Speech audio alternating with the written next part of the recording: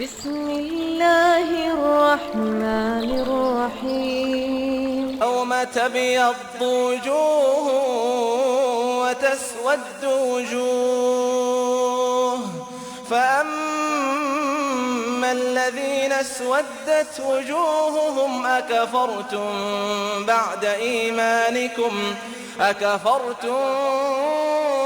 بعد إيمانكم فذوقوا العذاب بما كنتم تكفرون وأما الذين ابيضت وجوههم ففي